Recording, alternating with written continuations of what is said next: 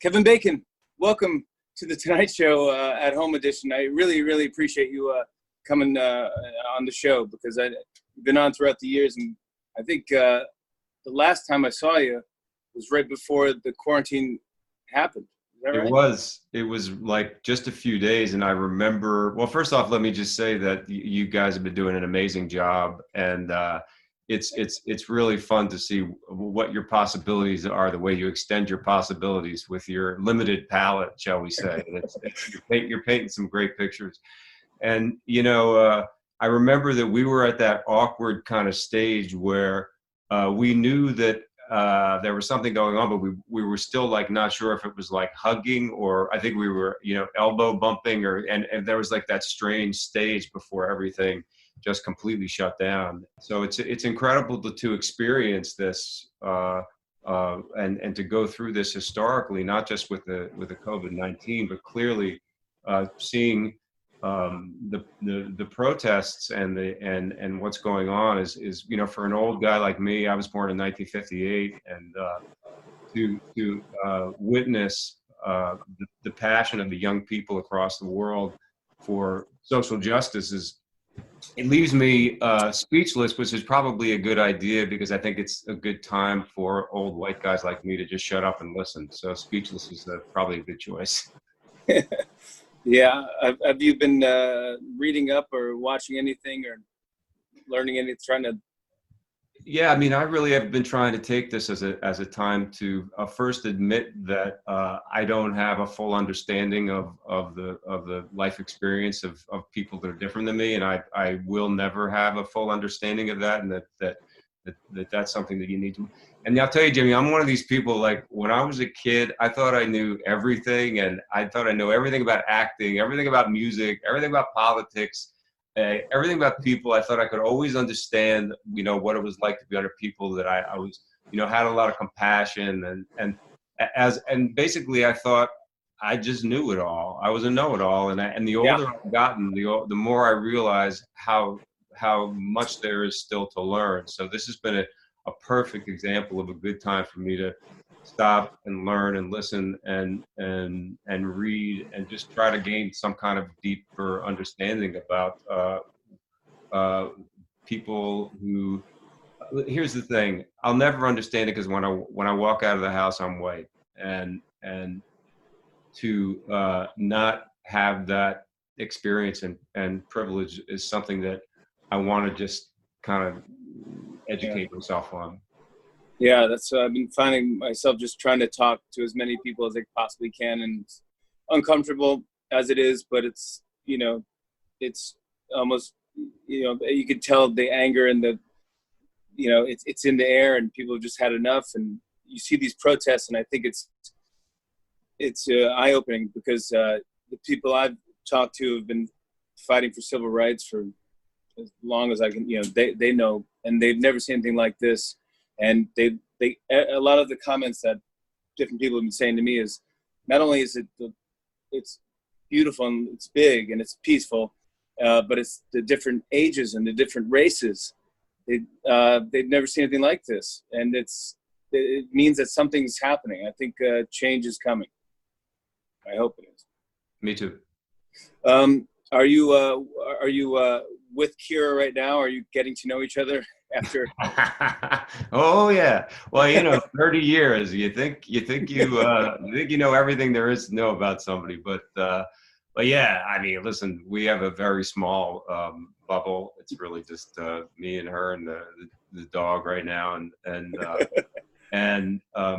we're waking up with a lot of gratitude that we have a house and a roof over our heads and food to eat, and that we have each other, which is really. I know there's a lot of people that I know, members of my family, and a lot of other people that I know that are in isolation, completely alone, and that's got to be a really, really difficult thing. So let's talk about something you've done. You're making. You're back to the horror thriller. Yeah, I love horror movies. I like to watch them, and I'm really more into horror movies that have real strong character development rather than Friday the 13th, as successful as it was I kind of think that more of a slasher movie. Slasher movie, yeah, of course. And of course I had the classic horror movie death because I had sex with a girl and smoked a joint, and you just knew it was over for me. It was you couldn't do better. This one is more like a thriller, but I love it. It's perfect kind of timing, weirdly, for this moment because you're stuck in a house. Yeah, Amanda Seyfried and I are a couple, and we have only been married a few years. We have a little daughter. She is my second wife, and I have a lot of paranoia about being married to a woman that is way too young for me. And generationally, she's spending a lot of time on her cell phone, and I don't really do that much kind of texting. And she's also an actress, so she's having to go off to work and be in these kind of intimate situations with people. And the paranoia is definitely catching up with me at the beginning of the movie. And we decided to just go off and have this kind of vacation before she starts work. And we get this house in Wales, with just the three of us. And it's scary, you know, but it's a lot about sort of like, you know, paranoia, and also a very dark past that I'm kind of like struggling with. And Yeah. I like these movies for an actor. They're great because they're you're asked to be in these kind of life or death situations, which is a very, very actable thing. You know, you just have to be careful that you don't only have one or two scared faces. You know, you have to think about that when you're making a horror movie, because people are going to be, if like every scene you do is like this, you got to think of another way to do it. Yeah, know? that's why I couldn't do that. Yeah, everyone would. It'd be such a read immediately. Like, oh, something's gonna happen to me. Can't be that frightened. You're like, you're just ordering breakfast. I know. I'm just gonna make sure I got the right choice. Yeah, but just the title. But the title, "You Should Have Left." That's already. I'm freaked out. I go, yeah. Someone says you should have left.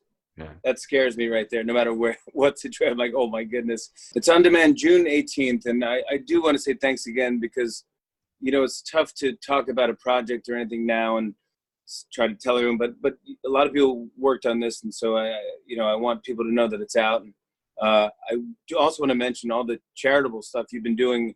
6degrees.org. You've been doing this for a while. I'd say when I first started late night, right? How many years have you been doing this?